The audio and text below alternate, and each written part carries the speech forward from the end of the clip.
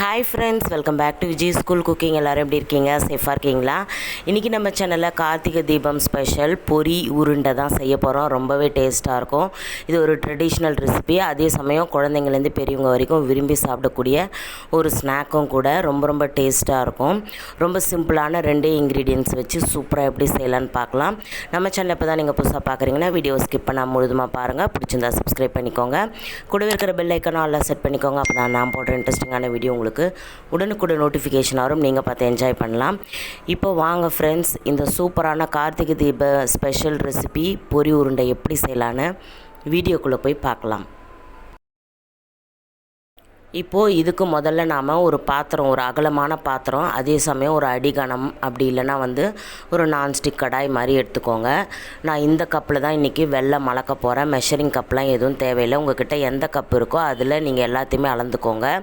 இந்த கப்பில் நான் 1 கப் அளவுக்கு நுணுக்கின வெல்லம் எடுத்திருக்கேன். இது அழுக்கு மண் தூசிலாம் இல்லாத புது வெல்லம், அதனால் நான் கரைச்சி எடுக்கலை.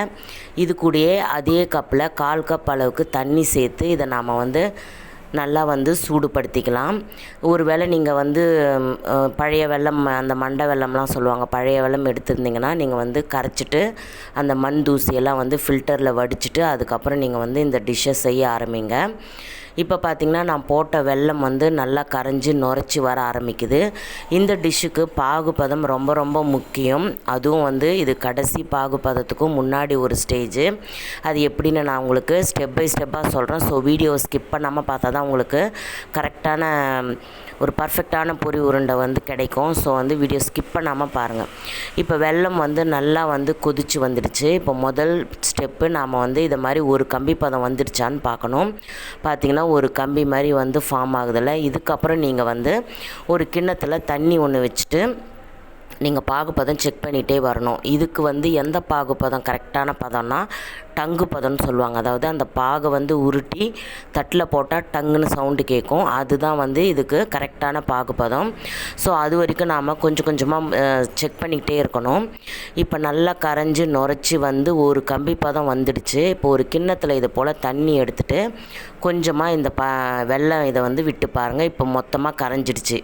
இப்போ நம்மளுக்கு இந்த பதம் கிடையாது. இதுக்கும் அடுத்த ஸ்டேஜ் நம்ம பார்க்கலாம். இன்னும் கொஞ்சம் திக்காகட்டும்.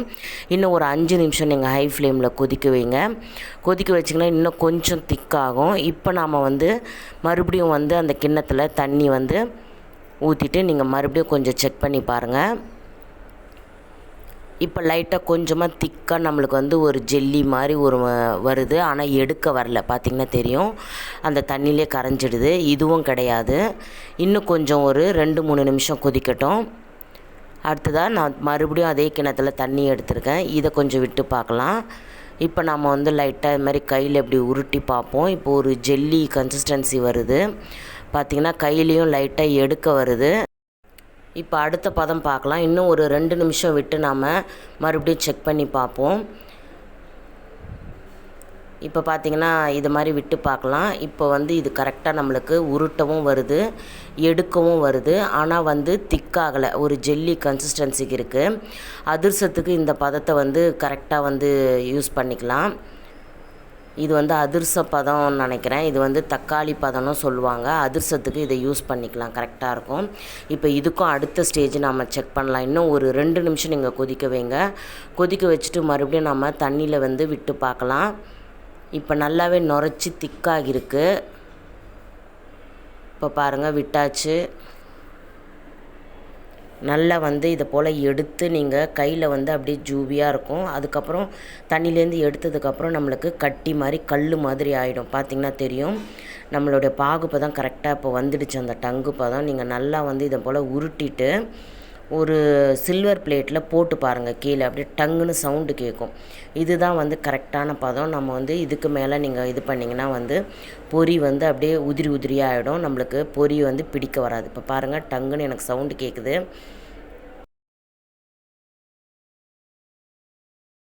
இப்போ இந்த ஸ்டேஜில் நீங்கள் எந்த கப்பில் வெல்லம் அளந்தீங்களோ அதே கப்பில் 3 கப் அளவுக்கு பொரி வந்து எடுத்துக்கோங்க. நான் 3 கப்பு பொரி வந்து அளந்து எடுத்து ஒரு பிளேட்டில் எடுத்து வச்சுருக்கேன். அதை இதில் சேர்த்துக்கிறேன். இன்னொரு விஷயம் இதில் கவனிக்க வேண்டியது என்னென்னா, பொரியை வந்து நல்லா மொரப்பாக இருக்கிற பொரியாக எடுத்துக்கணும். நல்லா அந்த கரை நல்லா கடிச்சா க்ரன்ச்சியாக இருக்கணும். அந்த பொரி தான் எடுத்துக்கணும். நமுத்து போன பொரிலாம் எடுத்திங்கன்னா வந்து நம்மளுக்கு பொரி உருண்டை டேஸ்ட்டாக கிடைக்காது. சப்போஸ் இப்போ நமுத்து போயிருந்ததுன்னா லைட்டாக நீங்கள் கடாயில் லைட்டாக ஹீட் பண்ணிவிட்டு அதுக்கப்புறம் நீங்கள் இதில் சேர்த்துக்கலாம். பொரி சேர்த்ததும் நீங்கள் ஸ்டவ் ஆஃப் பண்ணிவிட்டு 1 ஸ்பூன் அளவுக்கு நெய் சேர்த்துக்கோங்க. நெய் வந்து ஆப்ஷனல் தான், உங்களுக்கு வேணான்னா நீங்கள் ஸ்கிப் பண்ணிவிடுங்க. கரண்டி வச்சுட்டு நல்லா மிக்ஸ் பண்ணுங்கள். நான் ஸ்டவ் ஆஃப் பண்ணிட்டேன். இப்போ டக்குன்னு நீங்கள் வந்து இதை உருண்டை பிடிக்கணும். கொஞ்சம் சூடாக தான் இருக்கும். நீங்கள் கையை வந்து தண்ணியில் நனைச்சிட்டு உருண்டை பிடிச்சிங்கன்னா ஒரு 2-3 நாளைக்கு தான் இதை வச்சு சாப்பிட வேண்டியது வரும். அதே கையில் வந்து நெய் தடவிட்டு நீங்கள் உருண்டை பிடிச்சிங்கன்னா ரொம்ப நாள் வரைக்கும் இந்த பொரி உருண்டையை வச்சுட்டு நீங்கள் சாப்பிடலாம். அதனால் நீங்கள் கையில் வந்து ஒன்று நெய் அப்படி இல்லைன்னா தண்ணி தடவிட்டு நீங்கள் வந்து கொஞ்சம் கொஞ்சமாக அந்த பொரியை எடுத்துகிட்டு நீங்கள் அப்படியே உருண்டை பிடிச்சிங்கன்னா சூப்பராக ரவுண்ட் ஷேப்புக்கு வந்துடும். இப்போ நான் பண்ணுறேன் பாருங்கள். கொஞ்சம் சூடாக தான் இருக்கும். கொஞ்சம் சூடு நம்ம வெதப்பாக இருக்கும்போதெல்லாம் பண்ண முடியாது. கொஞ்சம் கையில் வந்து சூடு பொறுக்க தான் இருக்குது. இருந்தாலும் நம்ம வந்து எடுத்து இதை போல் நீங்கள் அழுத்தி விட்டுட்டிங்கன்னா போதும். அதுக்கப்புறம் நம்மளுக்கு ஹீட்டு தெரியாது. இது போல் கொஞ்சமாக எடுத்துகிட்டு உருட்டி இதை போல் நீங்கள் வந்து செஞ்சு எடுத்திங்கன்னா சூப்பரான பொரி உருண்டை நாமளே வீட்டில் சூப்பராக செஞ்சிடலாம். ரொம்ப ரொம்ப டேஸ்ட்டாக இருக்கும். ஒரு ட்ரெடிஷ்னலான ஒரு ஸ்நாக்கும் கூட இது. இப்போ இதே போல் நான் எல்லாத்தையுமே உருண்டை பிடிச்சி எடுத்து வச்சுட்டு உங்கள்கிட்ட காட்டுறேன் பாருங்கள். கொஞ்சமாக எடுத்துகிட்டு இது போல் உருண்டை பிடிச்சிக்கோங்க, அவ்வளோதான். ஷேப்லாம் இதுக்கு அவசியம் இல்லை. பெருசாக இருக்கலாம், சின்னதாக இருக்கலாம், நீங்கள் எப்படி வேணால் பிடிச்சிக்கலாம். இப்போ நான் எல்லாத்தையுமே உருண்டை பிடிச்சி எடுத்துட்டேன். பார்த்திங்கன்னா தெரியும், சூப்பரான பொரி உருண்டை ரெடி ஆகிடுச்சு. கண்டிப்பாக மறக்காமல் உங்கள் வீட்டில் இந்த ரெசிபியை ட்ரை பண்ணுங்கள். கண்டிப்பாக நான் சொன்ன ஸ்டெப்ஸில் உங்களுக்கு புரிஞ்சுருக்குன்னு நினைக்கிறேன். நீங்கள் ஸ்கிப் பண்ணாமல் பார்த்துருந்தா கண்டிப்பாக நீங்களும் பர்ஃபெக்டான பொரி உருண்டை இந்த கார்த்திகை தீபத்துக்கு செஞ்சு நெய்வேத்தியம் செய்யலாம். எல்லாருக்குமே இனிய கார்த்திகை தீப நல்வாழ்த்துக்கள். ஓகே ஃப்ரெண்ட்ஸ், இந்த வீடியோ கண்டிப்பாக உங்களுக்கு பிடிச்சிருக்குன்னு நினைக்கிறேன். பிடிச்சிருந்தால் இதுக்கு ஒரு லைக் பண்ணுங்கள். உங்கள் ஃப்ரெண்ட்ஸ் ரிலேட்டிவ்ஸ்க்கு ஷேர் பண்ணுங்கள். மறக்காமல் நம்ம சேனலை சப்ஸ்கிரைப் பண்ணி பெல் ஐக்கான் ஆலில் செட் பண்ணிக்கோங்க.